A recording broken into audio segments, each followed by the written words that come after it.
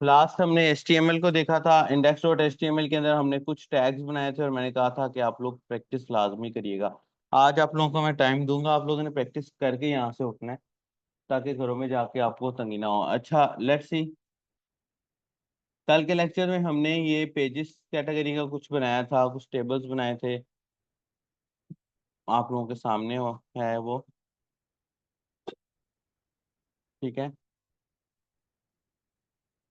आप लोगों के सामने है, कुछ हमने पेजेस बनाए थे और कुछ पैराग्राफ बनाए थे और ये H1 हमने लगाया था और ये पिक्चर लगाई थी। ठीक है, एक दो चीजें और हैं, फिर उसके बाद हम CSS की तरफ मूव कर लेते हैं। जैसे कि फॉर एग्जांपल, अगर मैं चाहता हूँ कि मेरे पास फॉर एग्जांपल मैं यहाँ पर W3 या facebook.com लिखता हूँ, मैं यहाँ पर facebook.com लिखता हूँ, तो आप ये देखिए कि ये मेरे पास facebook.com आ गया, लेकिन मैं चाहता हूँ ये क्लिकेबल हो जाए, तो मैं यहाँ पर एंकर लगाऊंगा, दिस वन। ठीक है, ये एंकर है। मैं यहाँ पर फेसबुक लिख देता हूँ एंड यहाँ पर क्लास एंड क्लास में सॉरी, यहाँ पर HRF। ओके, और HRF लगाने के बाद ये फेसबुक का जो मेरा लिंक है उस लिंक को मैं कॉपी करके मैं यहाँ पर पेस्ट कर दूंगा, दिस वन। अब ये देखिए, ये मैं इस पर क्लिक करूंगा तो मुझे ये फेसबुक पर ले जाएगा। क्लिक किया, मुझे फेसबुक पे ले गया। मैं चाहता हूँ ये मेरा अगले टैब में खुले, तो व्हाट आई विल डू, मैं यहाँ पर टारगेट ब्लैंक करके, अब ये देखिए ये मुझे अगले टैब पर ले, बात बात होता है ना वेबसाइटों में हम अगले टैब पर चले जाते हैं, ये मुझे अगले टैब पर ले जाता है। ठीक है,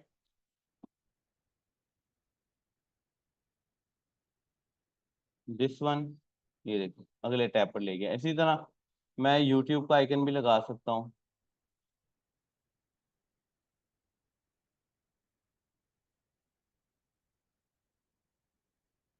यूट्यूब।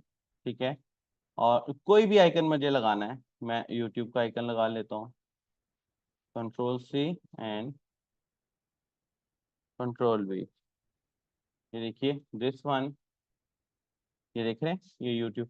कोई आइकन लगाना चाहूँ, कोई कोई मैं लिंक लगाना चाहूँ, मैं यहाँ पर लगा सकता हूँ। जैसे कि फॉर एग्जांपल, अगर हम किसी वेबसाइट के ऊपर जाते हैं, ओ भाई, ओए, तेरी आवाज ना आया मुझे, मैं दोबारा बता रहा हूँ, तेरी आवाज ना आए मुझे, तुझे मेरा पता नहीं है, समझ आ रहा है? तेरी आवाज ना आया मुझे, ना इधर उधर घूमता हुआ नजर आए। आखिरी दफा बोल दिया मैंने अब। किसी पेपर में बैठने को तरसेगा सारी जिंदगी। अच्छा, ये देखो, ये जैसे कि W3 स्कूल है, W3 स्कूल्स। ठीक है, HRF, देखें ये मैं ऐसे लिंक लगा सकता हूँ। हमारी जो वेबसाइटों पे ये जो ये आपको नजर आ रहे हैं ना लिंक्स, ये एक्चुअली ऐसे ही लगे हुए हैं। आप लोग ना, बेहतरीन प्रैक्टिस इसकी ये है कि आप लोग ना दूसरों लोगों की वेबसाइट खोल के ना, तो आप उनमें देखें, ये देखें ये एंकर लगा हुआ है, ये फाइल का लिंक है। ये मिसाल के तौर पर अगर इसकी जगह मैं असद लिखता हूँ तो वो देखें ये आ गया। ठीक है, ये इससे आपकी ना टेम्पोरेरी प्रैक्टिस हो जाती है, समझ रहे हैं आप?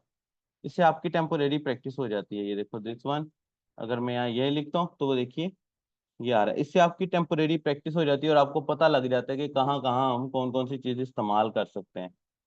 ठीक है, मिसाल के तौर पे अगर मैं यहाँ पर हेलो वर्ल्ड लिखता हूँ तो ये देखिए ये हेलो वर्ल्ड आ गया। इसी तरह ये एंकर्स भी हैं। अब इनकी डिजाइनिंग एक अलग कॉन्सेप्ट है जो हम बाद में डिस्कस करेंगे, पहले इनके इनकी बेस के ऊपर आप काम कर लें। ठीक है, अब फॉर एग्जांपल अगर आपको इसकी बजाय अगर आप ये वाले लिंक्स देखते हैं तो ये भी ऐसे ही लगे हैं। इवन अगर आप अपनी किसी यूट्यूब को खोल लेते हैं ना यहाँ से, अगर मैं यहाँ से यूट्यूब ओपन कर लेता हूँ, आप देखेंगे यूट्यूब के ऊपर जो वीडियोस हमारी आ रही होती है ना, ये भी आ जाती है। यूट्यूब के ऊपर जो हमारी वीडियोस आ रही होती हैं, वो वीडियोस भी इन्हीं एंकर्स की बेस के ऊपर आ रही होती हैं। पूरी वेब बेस्ड के अंदर जहां पर भी आप जहां पर भी कोई चीज क्लिकेबल है, समझ लें वहां पर एंकर ही लगा हुआ है। ठीक है, वहां एंकर ही लगा हुआ है, ठीक है। हाँ, अब एंकर की फॉर्म्स कुछ डिफरेंट है, रिएक्ट में कुछ और। आपकी रिएक्ट हो गई थी इंस्टॉल कल? नहीं हुई तो मेरे से करवा के जाना आज। रिएक्ट में उसकी फॉर्म कुछ और है। जैसे रिएक्ट में हम ये लगाते हैं, लिंक लगाते हैं, ठीक है, लेकिन उन्होंने उसको एंकर की फॉर्म दी हुई है, ठीक है। और इसके अलावा अगर हम एंगुलर में चले जाएं तो वो सिंपल एंकर ही लगता है, ठीक है, लेकिन उसके अंदर HRF की जगह टू लग जाता है। समझ रहे हैं आप? That's it. लेकिन हर जगह एंकर ही होगा जहां भी आप कोई चीज क्लिकेबल देख लेते हैं। फॉर एग्जाम्पल, मैं यहाँ पर एक बॉक्स बनाता हूँ, ठीक है। टैग समझना बहुत जरूरी है आप लोगों के लिए। अब इस चीज को समझिएगा। बॉक्स से पहले हम लिस्ट की तरफ आ जाते हैं। अगर मुझे कोई लिस्ट चाहिए तो मैं यहाँ पर ये लिस्ट बना लेता हूँ। लिस्ट होम, ठीक है। गौर करिएगा,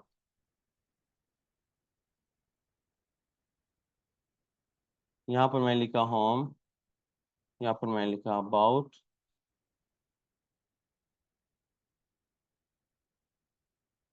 प्रोडक्ट्स, कॉन्टैक्ट पे। कॉन्टैक्ट के बाद बस यही ठीक है। Cart, okay. तो आप लेट्स सी, रिफ्रेश किया, home, about, products, cart, contact. अगर आप चाहते हैं इसके अंदर एंकर लगाना तो आप एंकर भी लगा सकते हैं। एक्चुअली ये जो आपकी नेविगेशन बार है वो लिस्ट के अंदर ही एंकर लगा होता है।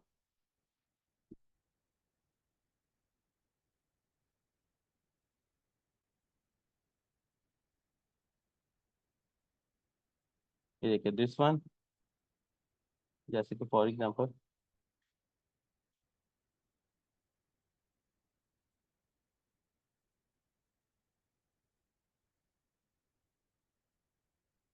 दिस वन,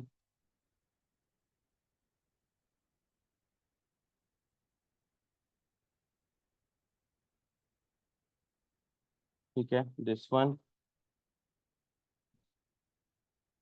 टर्म्स, ओके, या जो भी लिखना है वो लिखे, कॉन्टैक्ट, कंट्रोल एस। ये देखें, ये मेरे लिंक। अब अगर आपने कोई लिंक नहीं लगाना ना, आप HRF के अंदर हैश लगा दे। अब मिसाल के तौर पर मैं चाहता हूँ यार ये होम के अंदर लिंक लग जाए, तो एक्चुअली मैं लगाऊंगा index.html। अबाउट के अंदर, अबाउट का पेज हमने बनाया था, about.html। प्रोडक्ट्स के अंदर products.html। टर्म्स का हमने पेज नहीं बनाया था, हम लॉगिन का पेज लगा देते हैं यहाँ पे। लॉगिन के अंदर login.html। कॉन्टैक्ट के अंदर ये contact.html। ये देखिए होम, ये होम अबाउट पे चला गया। प्रोडक्ट्स, ये प्रोडक्ट्स पे चला गया। लॉगिन, ये लॉगिन पे चला गया। कॉन्टैक्ट, ये कॉन्टैक्ट पे चला गया, ठीक है। अब हमें क्या करना होता है, हमें हर पेज पे अपना हेडर सेम रखना होता है। मान लो कि हमारा हेडर यही है, ठीक है, तो मुझे एक्चुअली सारे पेजेस के ऊपर ये लगाना पड़ेगा। HTML5, this one, cart, home है, अबाउट लगाया हुआ है हमने फिल वक्त तो। अबाउट के बाद प्रोडक्ट्स कहाँ हैं हमारे, प्रोडक्ट्स लगाया हुआ है, ठीक है, दिस वन, ठीक है। प्रोडक्ट्स लगाया है, प्रोडक्ट्स के बाद लॉगिन का फॉर्म है, सॉरी, लॉगिन का पेज है। HTML5 अगर मैं इसको ओपन करता हूँ तो ये ऑटोमेटिकली लिखा हुआ आ जाएगा। लॉगिन के बाद कॉन्टैक्ट का पेज है, ये देखिए HTML, ठीक है। ये नीचे HTML-5 लिखा हुआ है। इसके ऊपर क्लिक करूंगा तो ये मुझे लिखा हुआ दे देगा। अब देखिए, about, products, login, contact, home. About, products, login, contact and home. समझ आया? क्लियर है? अगला स्टेप लें। अच्छा, अब ये देखें जरा, मैं वापस होम पेज पे ही रहता हूँ और बाकी सारे के सारे पेज यहाँ से खत्म कर देता हूँ। यहाँ पर मैं एक बॉक्स बनाने की कोशिश करता हूँ, ठीक है। इसके कॉन्सेप्ट को समझना है आप लोगों ने। हम दूसरा पेज को निकाल लेते हैं जो खाली हो, अबाउट वाला निकाल लेते हैं, ठीक है। इसके कॉन्सेप्ट को समझिएगा आप लोग, this one and this one. यहाँ पर हम एक डिव बनाते हैं और डिव के अंदर मैं इसको बोलता हूँ भाई स्टाइल ले लो, और स्टाइल का मैं कहता हूँ भाई बॉर्डर 1 पिक्सल सॉलिड रेड कर दो। Let's see. अब डिव मैंने कल बताया था कि ये तो एक बॉक्स है, लेकिन वो देखिए कि वो हमें ये लाइन सीधी एक ही दे रहा है, डिब्बा तो ये दे ही नहीं रहा, क्योंकि हमने इसको हाइट नहीं दी और ये डिब्बा बिल्कुल खाली है, तो ये आपस में एक दूसरे के साथ जुड़ा हुआ है। यानी कि अगर मिसाल के तौर पे अगर मैं ये करता हूँ तो देखिए ये आ जाता है, ठीक है। आप मिसाल ले लें अब यहाँ से, अगर मैं पैडिंग में 2% लिखता हूँ तो यू कैन सी ये 2% पैडिंग आ गई। दिस वन ये 2% आ गई, ठीक है। आप गौर करिएगा इस चीज को। 0.1% लिखता हूँ, ठीक है।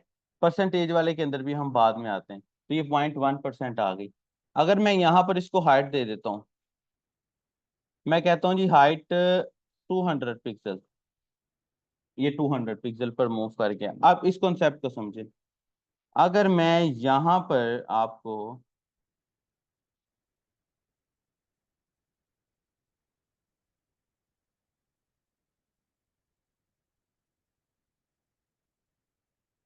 लॉरम 300, दिस वन, फिर lorem 500, this one, control S. अब देखें, वो बॉक्स मेरा ऊपर ही रह गया है, लेकिन मेरा कंटेंट नीचे आता जा रहा है। क्यों आता जा रहा है? क्योंकि हमने इसको हाइट कहा है कि भाई इतनी ही रखो।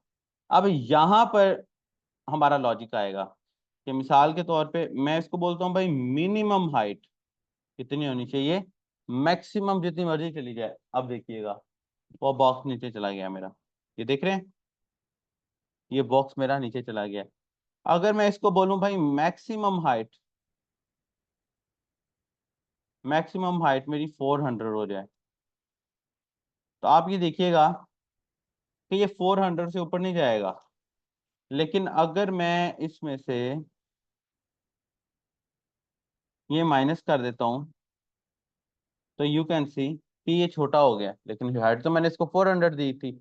मैंने एक्चुअली इसको मैक्सिमम हाइट 400 दी थी। हमने कहा भाई छोटा जितना मर्जी हो जाए, जो आपने इसको मैक्सिमम लेकर जाना है वो मैक्सिमम 400 से आगे नहीं जाना चाहिए।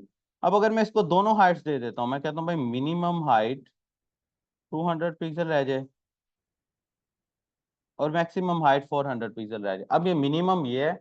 अगर मैं इसके अंदर यहाँ पर दोस्तों दिस वन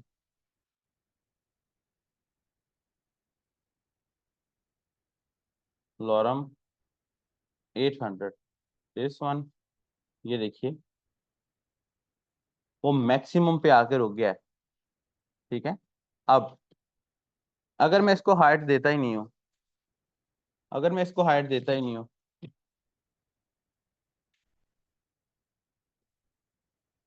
अगर मैं इसको हाइट देता ही नहीं हूँ, ठीक है, मिसाल के तौर पर ये मैं लगा दिया, ये सही है। अगर मैं इसको कहूँ भाई हाइट है ही नहीं तुम्हारी,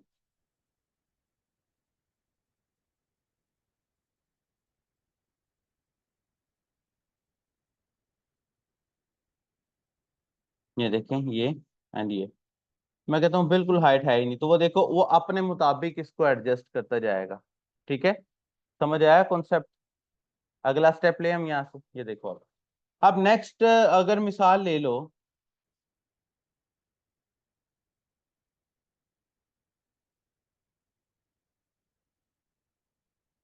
अब अगर मिसाल ले लो आप यहाँ से, मैं यहाँ पर ये देखो, मैं इसको बोलता हूँ भाई मेरी जो हाइट है वो हो जाए 400 पिक्सल्स, ठीक है। हाइट तो मेरी होगी 400 पिक्सल्स, लेकिन अगर मैं बोलता हूँ मेरी हाइट हो जाए 50%, तो ये एक्चुअली हाइट मेरी इस स्क्रीन के हिसाब से होगी। और ये जो परसेंटेज है ये एक्चुअली डिवाइड करता है। अब जरा गौर करें, मैं आपको हाइट की बजाय हम विड्थ पे आ जाते हैं, जरा यहाँ से आपको जरा ज्यादा अच्छा समझ आ जाएगा। मैं इसको कहता हूँ भाई विड्थ दे दो इसको आप 1300 पिक्सल्स।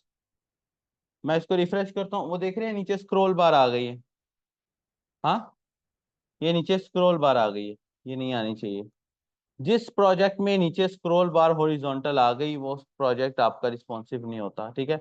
अब मिसाल ले लो कि यहाँ पर अगर मैं इसको हाइट दे दूं, अच्छा एक और चीज है, अब अगर मैं इसकी स्क्रीन छोटी कर लेता हूँ वो मैं स्क्रॉल बार भी बड़ी होती जाएगी, ऐसे ही है, कितनी बड़ी हो गई है। अब अगर यही चीज मैं अपने मोबाइल पे ओपन कर लूं तो वो तो बेड़ा गर्क हो गया हमारे सारे व्यू का। अगर मैं यहाँ से, एक एक्सटेंशन होती है इसकी,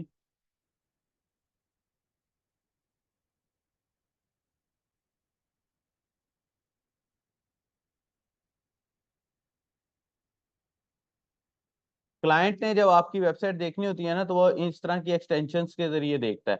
ये एक्सटेंशंस आपको अलग अलग स्क्रीन का साइज दे देती हैं। क्रोम एक्सटेंशंस जावास्क्रिप्ट पर बनती हैं। अगर आपने मोबाइल आईफोन पे खोलना है, आईफोन एक्स पे खोलना है, 8 प्लस पे खोलना है, एलजी पर खोलना है, ये देखो दिस वन, यहाँ पर आ गई होगी एक्सटेंशन रिस्पॉन्सिव टेस्टर। देखो मैं कहता हूँ भाई आईफोन एक्स पे खुल जाए मेरी वेबसाइट, ठीक है। और भी 3 4 एक्सटेंशन हैं, ये आप लोग देख लेना, ठीक है। एनीवेज, अच्छा इसका अपना भी बिल्ट इन है। ये यहाँ से ऐसे गए, ये यहाँ से ऐसे गए, ये मोबाइलों के मॉडल हैं, दिस वन, ठीक है। ये देखो दिस वन। अब मैं इसको बार को ऐसे ऐसे हिलाता हूँ तो ये देखो ये हिल रहा है, ठीक है। ये नहीं होना चाहिए। अब अगर मैं इसकी विड्थ मैं 50% दे देता हूँ, मैं कहता हूँ यार इसकी विड्थ 80% है, ठीक है। तो ये देखें, अब 80, अब देखिएगा, अब अगर मैं छोटा कर लेता हूँ स्क्रीन तो ये नीचे हॉरिजॉन्टल बार नहीं आ रही, क्यों? क्योंकि इसके हिसाब से 80% ये था, इसके हिसाब से ये था, इसके हिसाब से ये था, ये ऑटोमेटिकली अपने आप को एडजस्ट करता जा रहा है, ठीक है।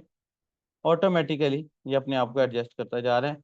सो दैट्स इट, कि परसेंटेज में अगर आप हाइट या विड्थ देते हैं तो वो ज्यादा रिस्पॉन्सिव होता है बनिस्बत जो है वो पिक्सेल्स में देने के। लेकिन जो विड होती है ना वो हमें परसेंटेज में ही देनी चाहिए। उसकी रीजन ये है कि आमतौर पे स्क्रीन की चौड़ाई चेंज होती है, लेंथ तो जाहिर सी बात है, यूट्यूब है उसको हम स्क्रॉल करके नीचे भी लेके जा सकते हैं। मौला खुश रखे भाई, ये पानी ले जाओ। हाइट को तो हम स्क्रॉल अप स्क्रॉल डाउन करके एडजस्ट कर सकते हैं, लेकिन विड को हम स्क्रॉल अप स्क्रॉल डाउन करके एडजस्ट नहीं कर सकते। उसके लिए हमें इस तरह करना पड़ेगा जो कि ठीक नहीं है। अलबत्ता ये चीजें, अब नेक्स्ट मिसाल ले लें। अब मुझे, मैं इसको एक बैकग्राउंड कलर भी दे देता हूँ, या ठीक है बैकग्राउंड कलर भी दे देता हूँ इसको मैं येलो, ओके। लेट्स सी, ये येलो कलर आ गया है। मैं इसकी विड्थ भी 90% कर देता हूँ, लेट्स सी 90% आ गया। मैं कंट्रोल सी करता हूँ and control V, control C control V, 4 हो गए, 5 6 7 8 9 10, ये देखें अब ये आ गया। अब जरा इस चीज को समझिएगा। अब देखें, जब मैं इस पेज को लोड करता हूँ, ठीक है, मैं जब इस पेज को लोड करता हूं तो आप देखिएगा कि इस पेज के ऊपर सबसे पहले मेरा प्रोसेस हेड को लोड करेगा, ऐसे ही है। फिर मेरा प्रोसेस बॉडी को लोड करेगा, उस बॉडी के अंदर मेरा प्रोसेस पहले इसको लोड करेगा, ये लोड हो गया, इसको लोड करेगा, ये भी हो गया। फिर उसके बाद प्रोसेस ने इस पूरे डिव को लोड करना है, और इस डिव में लोडिंग टाइम सबसे ज्यादा लेता है। अभी तो खैर थोड़ा सा ही कोड हुआ है तो क्विकली लोड हो रहा है, आमतौर पे बहुत टाइम ले लेता है। लोडिंग टाइम सबसे ज्यादा लेता है ये स्टाइल्स, ठीक है। अब मिसाल के तौर पे अगर इसको लोड करते हुए उसने 2 सेकंड ले लिए, एग्जांपल ले लेते हैं, तो टेक्निकली 1 सेकंड लेगा इस डिव को लोड करते हुए, जबकि 1 सेकंड लेगा इसको लोड करते हुए। तो 2 सेकंड अगर उसने इसको लिए, फिर दो इसको लिए, फिर दो इसको लिए, फिर दो इसको लिए, दो इसको और दो इसको, दो दो एंड ओवरऑल ये तकरीबन 10 है। तो ये टेक्निकली 20 सेकंड ले लेगा साइट को लोड करने के लिए। तो क्या 20 सेकंड आप लोग इंतजार करेंगे? कोई भी इंतजार नहीं करेगा कि यार 20 सेकंड तो बहुत ज्यादा है। हो सकता है 20 सेकंड देखने में तो कम लगते हैं लेकिन इंतजार करने में तो बहुत ज्यादा है। तो इंडस्ट्री ने हमें क्या है यार, इसको ना थोड़ा सा स्पीड अप करना है आप लोगों ने, तो इंडस्ट्री ने हमें सीएसएस की एक और टाइप प्रोवाइड की है जिसको हम इंटरनल सीएसएस बोलते हैं। ये जो कल से हम लगा रहे हैं ये इन लाइन CSS है। अभी इंटरनल CSS, इंटरनल CSS में क्या होगा, स्टाइल का एक टैग लगेगा। ये स्टाइल का टैग लग गया। यहाँ पर मैंने क्लास बना ली, क्लास में बना लेता हूँ मिसाल के तौर पे बॉक्स की। बॉक्स की क्लास बनाने के बाद ये करली ब्रैकेट्स लगा के इसको मैंने बंद कर दी। और ये जो कुछ मैंने यहाँ लगाया ना उस सबको मैं यहाँ पर लगा दूँ। This one, this one and this one. ठीक है। फिर उसके बाद यहाँ मैं क्लास लगा के बॉक्स को कॉल कर लेता हूँ। ये सेम वही स्पेलिंग जो नीचे है। अब देखिएगा कोई फर्क नहीं पड़ा है। अब अगर मैं चाहता हूँ कि मेरी ये सारे बॉक्सेस पे मेरी क्लासेस आ जाएं तो मैं कंट्रोल H करके क्लास बॉक्स, मैं कह रहा हूँ भाई जहाँ जहाँ मेरा स्टाइल लगा हुआ है वहाँ वहाँ बॉक्स लगा दो। आप जरा गौर करिएगा,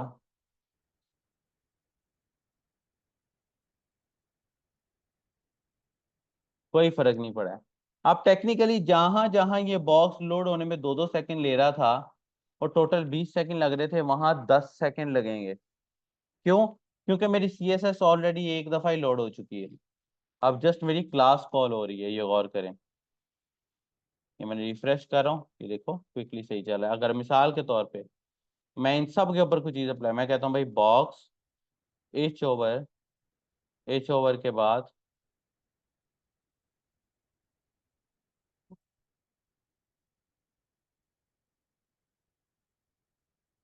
बैकग्राउंड कलर पिंक रख देता हूँ। ये देखें, मैं माउस लेके जा रहा हूँ, ये मेरा कलर यहाँ से पिंक हो गया। ये ऐसे ही है जैसे ये देख रहे हैं, ये हल्का सा कलर चेंज हो रहा है। अगर मैं, अच्छा अगर मिसाल के तौर पे आप चाहते हैं कि ये जो कलर कलर लगा हुआ है ये देख लें। अच्छा, एक और चीज मैं आपको बताना भूल गया। HTML में हर कलर का ना एक कोड होता है, आपको याद करने की जरूरत नहीं है वो, ठीक है। आमतौर पे ये एडिटर आपको खुद ही दे देगा। जैसे कि मिसाल को रेड लगाना है तो DD0000।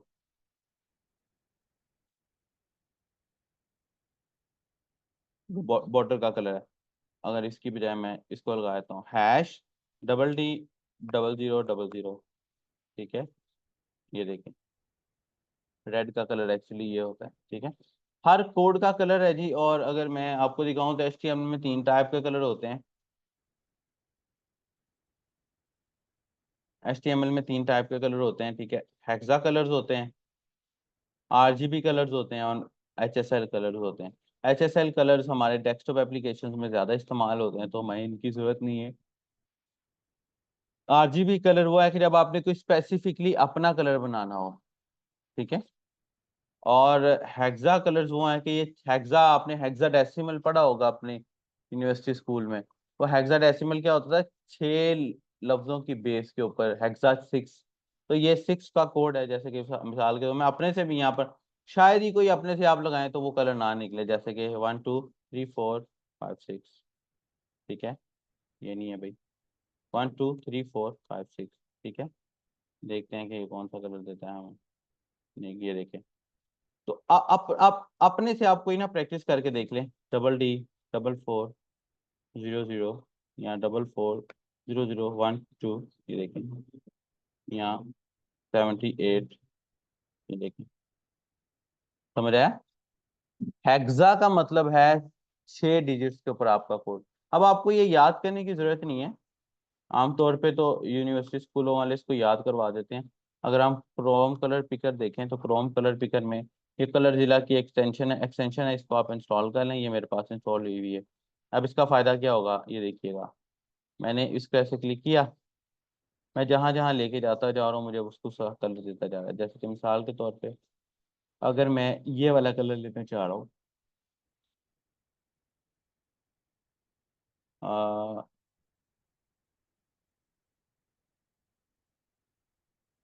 ये लो, ये मेरा कलर मुझे ये, क्योंकि ये ब्लैक है जिस वजह से वो डबल ब्लैक का कोड होता है 000000। या इसके अलावा अगर मैं कोई और कलर लेना चाह रहा हूँ, इसका तो नहीं खैर आएगा। ये ग्रीन जो लगा हुआ है ये लेना चाह रहा हूँ, ये देखिए इसने इसका कोड मुझे कॉपी करके मेरे क्लिप बोर्ड पर सेव करवा दिया है। मैं इसको यहाँ पर कर लेता हूँ, एक दफ़ा ही आएगा इसमें। वही वाला कलर है ना, समझ आया? अब देखो, दिस वन, दिस वन। तो दैट्स इट। हम बॉक्सेस को इस्तेमाल करते हुए कुछ भी कर सकते हैं। अब मिसाल ले लें, मैं यहाँ से, ये मेरे पास, ये मैंने लिस्ट लगाई हुई है। मैं कहता हूँ भाई मेरी जो, मैं क्लास लगा देता हूँ यहाँ पर लिस्टर की, ठीक है। लिस्ट रिजर्व वर्ड है, हम उसकी क्लास नहीं बना सकते। वो वाले अल्फाज जो कि एचटीएमएल के अंदर इस्तेमाल होते हैं, हम उनको इस्तेमाल नहीं कर सकते। Lister dot lister, okay. मैं यहाँ पर इसको बोलता हूँ भाई बैकग्राउंड कलर तुम्हारा ग्रे हो जाए। लेट्स सी, ये ग्रे हो गया, ठीक है। मैंने इसको बोला भाई दिस वन, लिस्टर के अंदर जाओ, जाके लिस्ट को पकड़ो, और लिस्ट को पकड़ के फ्लोट लेफ्ट कर दो। ऊपर चला गया, हॉरिजॉन्टल हो गया। फ्लोट लेफ्ट एक्चुअली क्या करता है, फ्लोट लेफ्ट धकेलता है कि इसको इसके साथ ले आओ, और इसको, मैंने लिस्ट लगाया ना, तो इसका मतलब सब की सब लिस्टें, ठीक है। अगर मैं यहाँ पर बॉक्स की बजाय डिव लिख देता, अगर मैं यहाँ पर बॉक्स की बजाय डिव लिख देता तो ये फिर भी चलता। क्यों? क्योंकि इस पेज में जितनी डिव्स हैं वो सब की सब, लेकिन क्योंकि मैंने यहाँ पर बॉक्स लिखा हुआ है, तो दैट्स इट। अगर मिसाल के तौर पर मैं नीचे यहाँ पर एक डिव लगा देता हूँ, और उस डिव में मैं ये भी दे देता हूँ,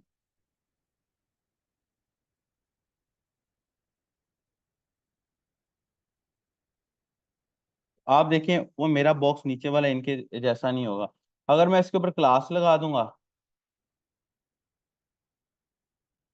तो वो भी इनके जैसा हो जाएगा। लेकिन अगर मैं इसके ऊपर से क्लास रिमूव करके, हाँ हाँ देख लो कहाँ पर सबने लगा दी खबर अटेंडेंस रहते हैं। कुछ गिरा है यहाँ, डिव, डिव, ये देखें, दिस वन, वो सब की सब डिव्स के ऊपर लग गया। अच्छा, एनीवेज मैं वापस बॉक्स पे आ जाता हूँ। तो ये फ्लोट क्या करता है, फ्लोट आपके इस सेक्शन को धकेलता है। मिसाल के तौर पर मैं इसको कहता हूँ भाई मार्जिन दे दो इसको बॉटम से 30 पिक्सल्स का। यहाँ मैं इसको बोलता हूँ, अच्छा यहाँ पर हम ब्रेक भी लगा सकते हैं, मैं इसको बोलता हूँ 20% मार्जिन दे दो इसको, ठीक है। अच्छा, दिस वन, हम यहाँ पर ब्रेक भी लगा सकते हैं, ठीक है। फॉर द टाइम हम ब्रेक लगाते हैं, फिर हम बाद में देखते हैं क्या करना है। ये देखो ये नीचे चला जाएगा। अच्छा, अच्छा मैं यहाँ पर बोलता हूँ इसको कि भाई ये जो लिस्ट का स्टाइल टाइप है इसको नन कर दो, मुझे कोई नहीं चाहिए। तो वो देखें उसके वो डॉट्स खत्म हो गए हैं। क्लियर?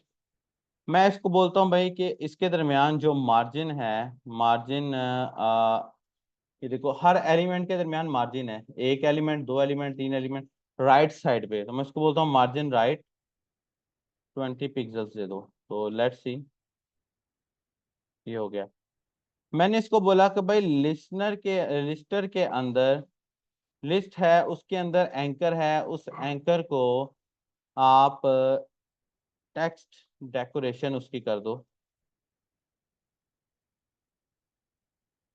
ये देखो ये टेक्स्ट डेकोरेशन नन हो गई है, ठीक है।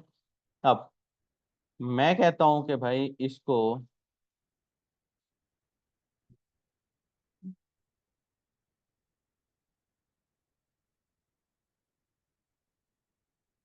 मैं कहता हूं भाई डॉट लिस्टर, फिर लिस्ट के ऊपर जब एच ओवर हो, एच ओवर का मतलब माउस लेके आए तो, ठीक है। अच्छा यहाँ पर ना हमें ये स्पेस का ख्याल रखना पड़ेगा। स्पेस का, स्पेस की वैल्यू होती है इसके अंदर। और मैं कहता हूँ भाई बैकग्राउंड कलर जो है वो कौन सा कर लें, ब्लू कर लेते हैं, ये हो जाए। तो लेट्स सी, ये ब्लू हो गया। मैं कहता हूँ यहाँ बैकग्राउंड कलर तो ब्लू कर दो, लेकिन खाली जो टेक्स्ट का कलर है उसको वाइट कर दो, तो यू कैन सी। अच्छा, अब क्योंकि लिस्ट के ऊपर तो कलर नहीं लगा हुआ, कलर तो लगा हुआ है एंकर के ऊपर। तो लेट्स सी, हम इसको इसकी बजाय एंकर बोल देते हैं, ठीक है। ये ग्रेटर देन का साइन जो है ये शो करता है कि इसके अंदर क्या लगा हुआ है। Let's see this one. अब मैं यहाँ पर इसको बोलता हूँ भाई इसका जो कलर है वो वाइट कर दो, and you can see now white हो गया। समझ आया? इसी तरह मैं इसकी पैडिंग सेट कर देता हूँ। पैडिंग मतलब कल मैंने बताया था अंदर वाली स्पेसिंग 1%।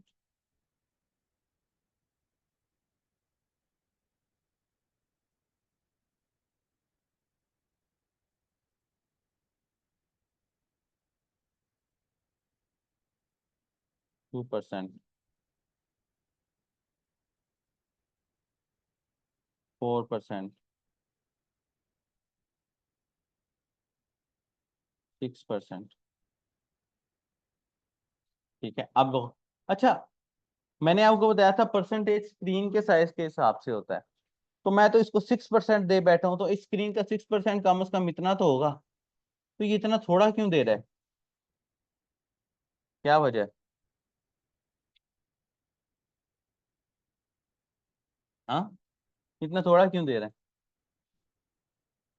देखो ना, थोड़ा सा लॉजिक लगाओ, इस्तेमाल करो लिस्ट के साइज के हिसाब से, क्योंकि वो लिस्ट का साइज उसका उतना है, जिस वजह से वो उसके हिसाब से परसेंटेज दे रहा है। क्योंकि अब स्क्रीन उसके लिए ये वाला बॉक्स है, समझ रहे हैं? अबाउट, होम, प्रोडक्ट्स, फिर से अबाउट। समझ आया? ठीक है।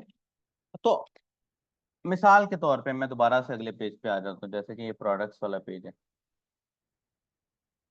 मिसाल के तौर पे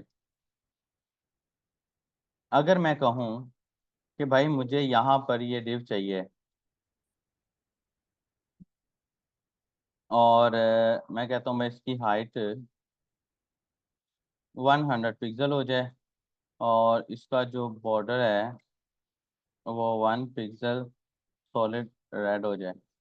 तो लेट्स सी, प्रोडक्ट्स वाले पेज के ऊपर ये इसकी हाइट रह जाएगी इतनी।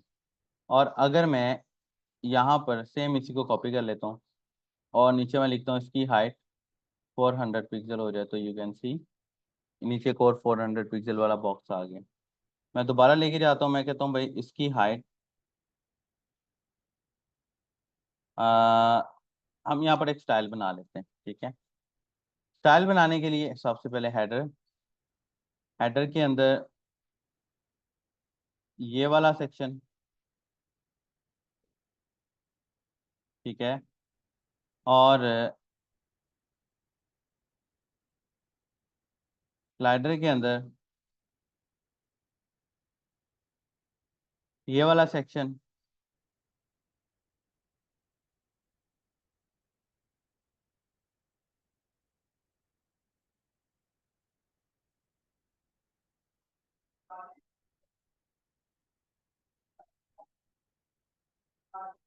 This one,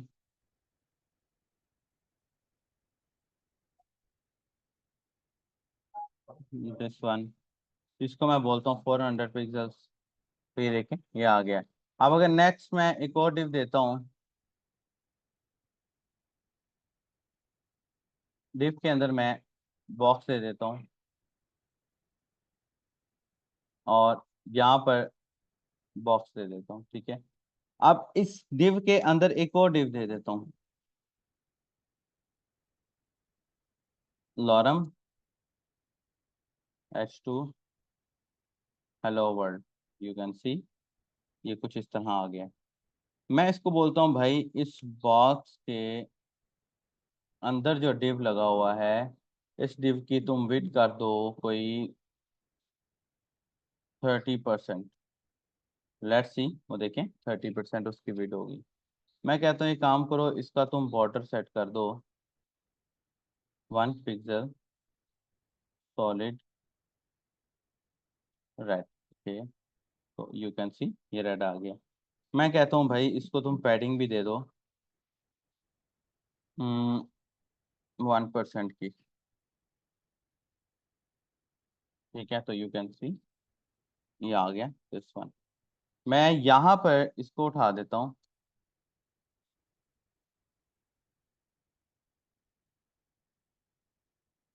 this one. अब मिसाल के तौर पे मैं इसको 3 कॉपीज ले लेता हूँ इसकी, 1 2 3। यू कैन सी 1 2 3 कॉपीज आ गए। मैं कहता हूँ यार एक काम करो, इसको फ्लोट लेफ्ट कर दो। ये देखो, ये फ्लोट लेफ्ट पर हो गया। मैं कहता हूँ भाई कि इस बॉक्स की, अब बॉक्स की बात हो रही है, बॉक्स के अंदर डिव्स है मतलब सारे डिव, अब बॉक्स की बात हो रही है। मैं कहता हूँ भाई बॉक्स 2% कर दो, पैडिंग 2% कर दो। तो ये देखिए, ये 2% हो गया। समझ आया कुछ? क्लियर है? मैं कहता हूँ भाई 30% की बजाय 33% कर दो। देखो ना, अगर मैं इसको 100% दे देता हूँ तो वो फुल बिट हो जाएगी। 100 को 3 पे डिवाइड करो तो वो 33.3 समथिंग आता है। मैं इसको 33 दे देता हूँ, तो ये देखो वो नीचे चला गया है। क्यों? क्योंकि मैंने इसको 1% 2% पैडिंग भी दी है। मैं 1% पैडिंग में एडजस्ट कर देता हूँ। ये देखो फिर से ये है। अगर मैं इसको 32% करूंगा, नाउ 31%, दिस वन। समझ आया? दोनों तरफ से बराबर की स्पेस आ गई। इसको मैं अगर कोई बैकग्राउंड कलर देना चाहूँ, दिस वन। अगर मैं कहूँ कि भाई नहीं, इसका जो कलर है वो वाइट कर दो, दिस वन। ठीक है, वाइट अच्छा नहीं लग रहा। मैं कहता हूँ भाई इसका जो बॉर्डर रेडियस है वो 2%। तो वो देख रहे हैं, बॉर्डर्स के साथ साथ सर्कल सा हो गया, आ गया ना? अगर मैं कहता हूँ यार कि इनके दरमियान स्पेसिंग आ जाए, तो मैं मार्जिन राइट, देखो इसके राइट, फिर राइट। मैं कहता हूँ यार मार्जिन राइट इसका दे दो मुझे 1%। अब हो सकता है हमें फिर विड के साथ थोड़ा खेलना पड़े। क्यों? क्योंकि विड हमारी छोटी हो जाएगी। अब टेक्निकली अगर मैंने 1% लगाया तो 1% यहाँ से बड़ा होगा, 1% वहां से बड़ा होगा। तो टेक्निकली मुझे विड को 2% कम करना पड़ेगा। ठीक है, तो मैं यहाँ पर 29% विड पे ले जाता हूँ। तो ये देखिए वापस यहाँ आ गया। समझ आया? क्लियर है? यहाँ पर अगर मैं बोल देता हूँ कि मार्जिन इसका 2% कर दो, ये पूरे बॉक्स का मार्जिन है, तो ये एक्चुअली 2% मार्जिन हो जाएगा इसका, और ये बिल्कुल अंदर कंजस्टेड सा हो जाएगा। ठीक है। अब अब व्यू तो हमारा ठीक बन रहा है, लेकिन जब हम स्क्रीन को छोटा करते हैं ना, तो ये देखो, ये तो पढ़ने के काबिल ही नहीं होगा। जाहिर सी बात है ना, अभी तो हमने कुछ भी नहीं लगाया। अच्छा, मिसाल के तौर पे मिसाल ले लें, अगर हम इसके अंदर एक पिक्चर लगा लेते हैं,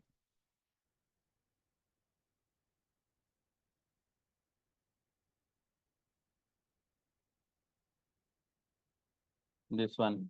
मैं बोलता हूँ भाई इसकी जो विड है वो 100% कर दो। तो वो 100% विड किसके हिसाब से हुई है? इस डिव के हिसाब से।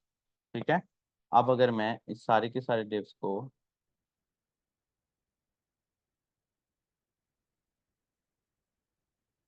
यू कैन सी, ये 3 डिव्स इकट्ठी हो गई हैं। अब इसके साइडों पे आपको स्पेसिंग नजर आ रही है। क्यों? क्योंकि हमने यहाँ पर इसको 1% पैडिंग दी हुई है। अगर मैं 1% पैडिंग को खत्म कर देता हूँ तो ये देखिए दिस वन। अब पिक्चर तो साथ जुड़ी हुई अच्छी लग रही है, लेकिन ये टेक्स्ट साथ जुड़ा हुआ अच्छा नहीं लग रहा। तो मैं क्या करूँगा, मैं एक और डिव बना लेता हूँ।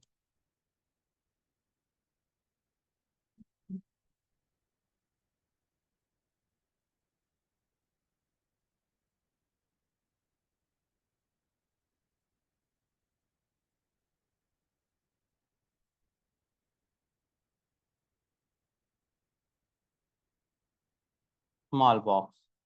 मैंने इसको बोला कि भाई, या एक और काम कर सकते हैं, लॉजिक को समझिएगा, लॉजिक्स क्रिएट करिएगा। मैंने इसको बोलता हूँ, मैं बोलता हूँ भाई बॉक्स, बॉक्स के अंदर जो डिव है उसके अंदर जो एक और डिव है, उसके अंदर की जो पैडिंग है ना तुम, वो 1% कर दो, ताकि वो पिक्चर वाली पैडिंग ना छिड़ी जाए और ये नीचे वाली पैडिंग सही रहे। और मैं इस पूरे के पूरे बॉक्स के अंदर वाले जो बॉक्सेस हैं, एक बॉक्स, 2 बॉक्स, 2 बॉक्स, 3 बॉक्स, तो ये देखें ये आ गया। अब अगर मैं इसके अंदर पैडिंग को 2% कर देता हूँ, तो ये एक्चुअली ये वाली परसेंटेज मेरे इस पूरे बॉक्स के हिसाब से होगी। समझ रहे हैं आप लोग? ठीक है। अब अगर मैं मिसाल के तौर पे, अब मसला ये है कि मैंने इसको ऊपर से मार्जिन भी दिया हुआ है, मार्जिन इधर से मैं खत्म कर देता हूँ, तो ये देखिएगा दिस वन, मार्जिन अगर मैं ज्यादा कर देता हूँ, ये तो मार्जिन राइट है, मैं ऊपर वाले मार्जिन की बात कर रहा हूँ, इसकी, इसको मैं खत्म कर देता हूँ, तो ये दिस वन विड्थ थोड़ी सी मजीद बढ़ गई है। अगर इसको मैं 30% पूरा कर देता हूँ, तो दिस वन ये फिर बढ़ गई है। 31% कर देता हूँ, दिस वन ये फिर बढ़ गई है। 32% कर देता हूँ, दिस वन ये देखो फिर बढ़ गई है। एंड इसी तरह, सॉरी सॉरी, 32% ये फिर बढ़ गई है। 33% पे ले आते हैं एंड ये फिर नीचे चला गया। तो दैट्स इट, 32%। अब एक्चुअली क्या है, 32, 32, 32 कितना हो गया? 32 multiply by 3, sorry, 32 multiply by 3, 96, पीछे रह गया 4%। 4% में 1% ये कवर अप हो रहा है। ठीक है। अब 1% एक्चुअली ये 1% नहीं है, ये 2% रहेगा। और 2%, 2% हमारा ये मार्जिन राइट में कवर अप हो रहा है। और ये प्रॉपर इक्वल मिला के ये बन रहा है। समझ आया कुछ? इसके नीचे मैं नया बॉक्स बनाना चाहता हूँ, मिनी स्लाइडर, तो मैं नया बॉक्स भी बना सकता हूँ।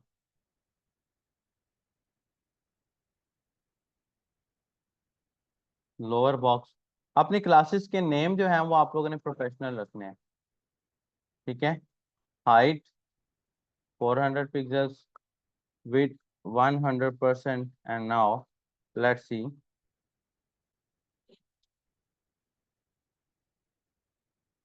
border 1 pixel, solid red, and इसके अंदर H2 hello world,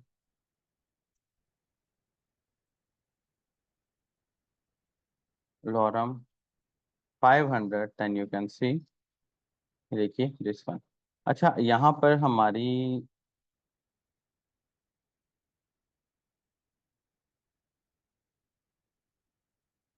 क्लास नहीं काम कर रही, क्यों? इसका नाम बदल देते हैं, क्योंकि लोअर के नाम से भी कीवर्ड है।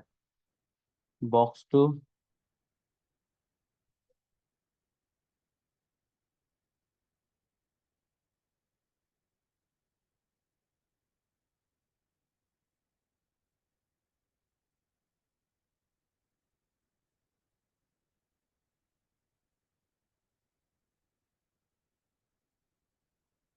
टाइल्स, और ये इसके अंदर लगा देते हैं। अच्छा, आमतौर पे जो प्रियोरिटी पे, मिसाल के तौर पे एक टाइम पे हमने 2 क्लासेस असाइन कर दी हैं, तो आमतौर पे जो प्रियोरिटी पे चीज़ें असाइन होंगी ना, वो असाइन ये नहीं होगी, वो असाइन वो होगी जो इन लाइन में लगी हुई हैं।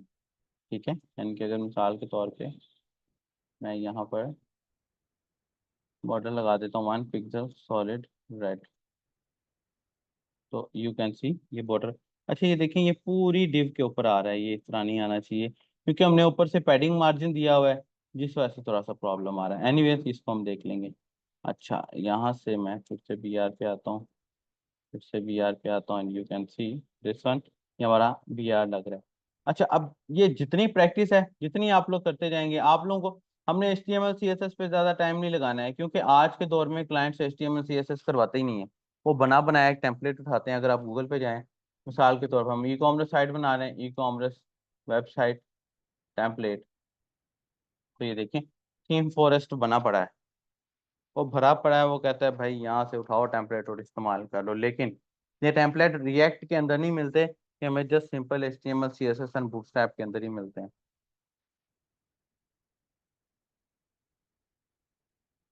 ये देखें, तो आप लोगों ने just H T M L C S S को उतना समझने की जितनी जरूरत है। ठीक है, कि आपको किसी का कोड लिखा हुआ समझ आ जाए, बस। इसके अलावा आपको मजीद इसके ऊपर सर खपाने की जरूरत नहीं है। क्लियर है? यहाँ तो कोई क्वेश्चन है तो पूछ लें।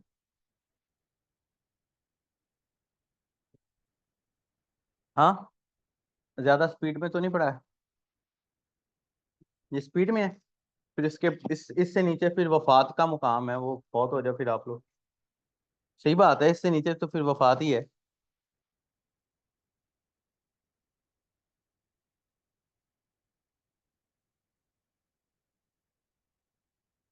इससे नीचे, इससे स्लोएस्ट नहीं हम जा सकते।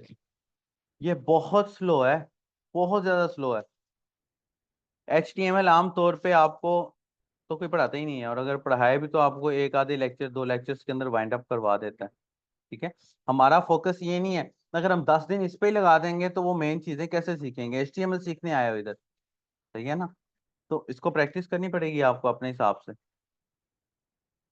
रिएक्ट के ऊपर हम 10 12 दिन, 15 दिन, 20 दिन लगा लेंगे, कोई मसला नहीं, क्योंकि रिएक्ट डिजर्व करती है 20 दिन, ये थोड़ा ना डिजर्व करता है। ठीक है, आप लोग अपने अपने लैपटॉप लेके आए और प्रैक्टिस कर लें। लेके आओ लड़के तुम अपना।